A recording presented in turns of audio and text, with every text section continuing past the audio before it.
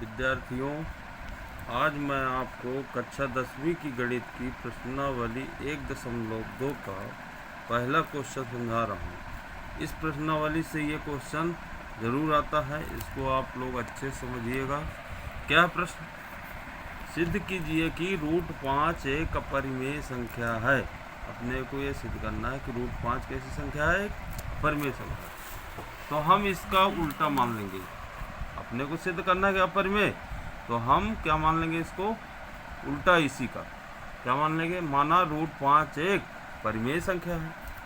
यदि परिमेय संख्या है तो a/b के बराबर हो जाएगी। यानी √5 को जब हमने क्या मान लिया? परिमेय, तो √5 बराबर क्या हो जाएगा? a/b। यहाँ a/b की जगह p/q भी हो सकता है, कुछ भी हो सकता है। ठीक है। जहाँ a b कैसी संख्या है? a और b सहअभाज्य संख्याएं हैं तथा b का मान 0 के बराबर नहीं हो सकता।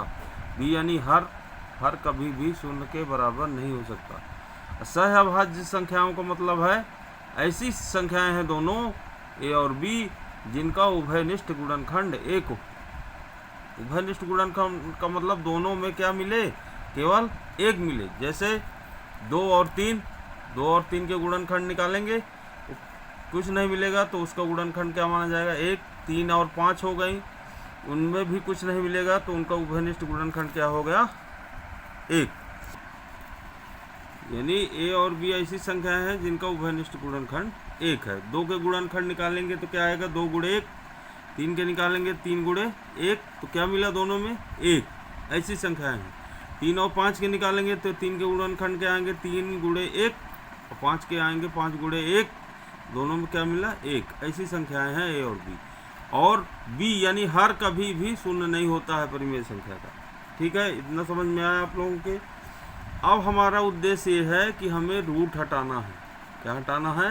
रूट हटाने के लिए हम दोनों पक्षों का क्या कर देंगे? वर्ग का मतलब ये होता है कि स्क्वायर लगा देना है। दोनों पक्षों में घात 2 लगा दिया, तो √5 में भी घात 2 लगा दिया, a/b में भी घात 2 लगा दिया।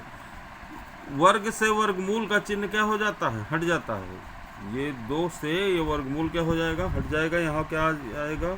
5 आ जाएगा। यहाँ a का भी 2 बार गुणा तो a की घाते 2 आ जाएगा, b का भी 2 बार गुणा b की घाते 2 आ जाएगा। ठीक है। अब इस संख्या के बट्टे में कुछ नहीं है तो हम क्या कर लेंगे? किसी भी संख्या के बट्टे में 1 कर सकते हैं। अब क्या करेंगे अपन? तिर्यक गुणा। 5 का b² में तो 5b² आ जाएगा।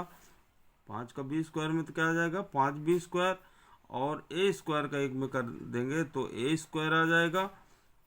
इसको क्या मान लेना है अपने को? समीकरण 1। अब यहाँ से हम b² का क्या निकाल लेंगे? मान। b² बराबर जब निकालेंगे तो b² के गुणे में 5 है, कोई चिन्ह नहीं दोनों के बीच में, तो कहे का चिन्ह माना जाए गुणे का। तो गुणे में है तो ये बाएं तरफ से दाएं तरफ जाएगा तो ये बट्टे में हो जाएगा, यानी a²/5 हो जाएगा। यानी a² किससे विभाजित है?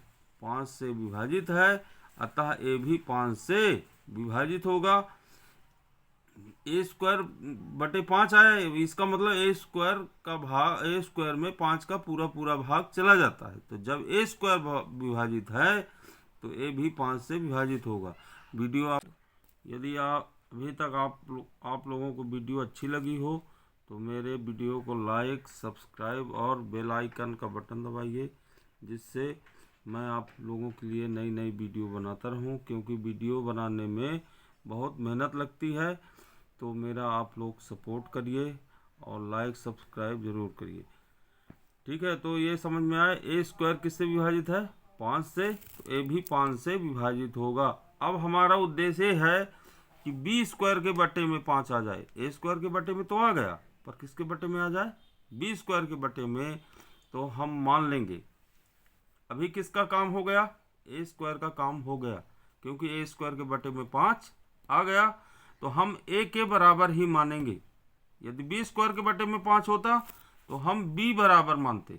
क्योंकि a² के बट्टे में 5 आ गया तो हम a बराबर मानेंगे। माना a बराबर हम किसका निकाल रहे हैं? √5 का निकाल रहे हैं, तो 5 लिखेंगे यहाँ। और a और b के अलावा कोई और संख्या, वो संख्या मान लिया अपन ने, कौन सी है? c। तो ए का काम हो गया। तो माना ए बराबर 5 का निकाल रहे हैं तो 5, ए और बी के अलावा कौन सी संख्या, सी। माना ए बराबर 5c। अब इस ए के मान को समीकरण 1 में रख देंगे। तो रख देते हैं, ए का मान समीकरण 1 में रखा। 5 क्या आ जाएगा, 5b स्क्वायर उतर गया, 5b स्क्वायर उतर गया बराबर ए की जगह क्या रख देना अपन को, 5c। घात 2 लगी है तो पूरे घाते क्या लगा दिया अपन ने, 2 लगा दिया।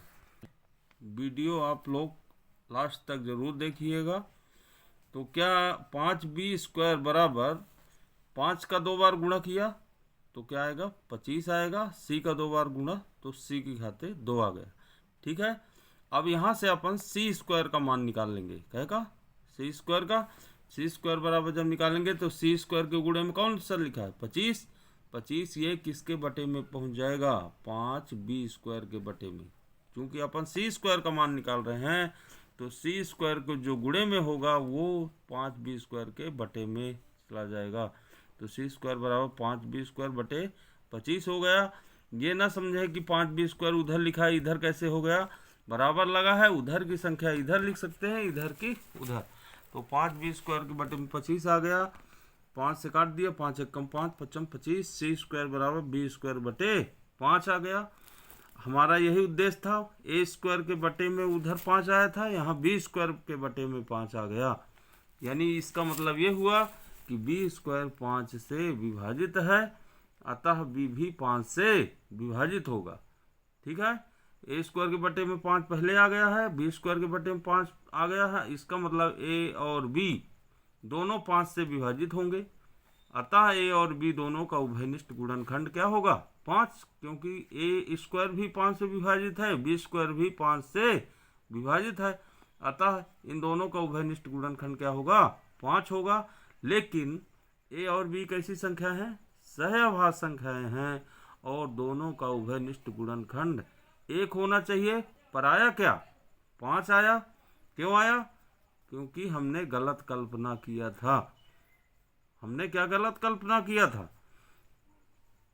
हमने यह गलत कल्पना किया था कि √5 एक परिमेय संख्या है लेकिन वो अपरिमेय। पर हमने क्या कर लिया था, गलत मान लिया था। तो गलत आया, तो सही मानते तो सही आता। ठीक है, तो यह परिणाम कैसे आए, यह परिणाम हमारी गलत कल्पना के कारण हुआ है। कि यहाँ लिखेंगे गलत कल्पना क्या किया था, क्या गलत कल्पना किया था कि √5 एक परिमेय संख्या है, लेकिन है कैसी वो, अपरिमेय। अतः हम इस निष्कर्ष पर पहुँचते हैं कि √5 एक अपरिमेय संख्या है। ठीक है, आप लोगों को यदि वीडियो अच्छी लगी हो तो लाइक, सब्सक्राइब और बेल आइकन का बटन दबाइएगा। यदि आपको ये प्रश्न वाकई में समझ में आ गया होगा तो मैं आप लोगों के लिए प्रश्न 2 ठो दे रहा हूँ, उनको आप लोग अपने से लगाइएगा। यदि समझ में ना आए तो आप कमेंट में ज़रूर बताइएगा, उसके लिए मैं अलग से वीडियो बनाऊंगा। क्या है प्रश्न, सिद्ध करो √2 एक अपरिमेय संख्या है। ये पहला प्रश्न हो गया। और दूसरा प्रश्न क्या है, सिद्ध करो कि √3 एक अपरिमेय संख्या है। आप कमेंट में जो है यदि समझ में आ गए हो तो कमेंट में इसका आंसर ज़रूर बताएंगे। यदि नहीं आया हो समझ में तो मैं उसके लिए आप लोगों को वीडियो बनाऊंगा। धन्यवाद।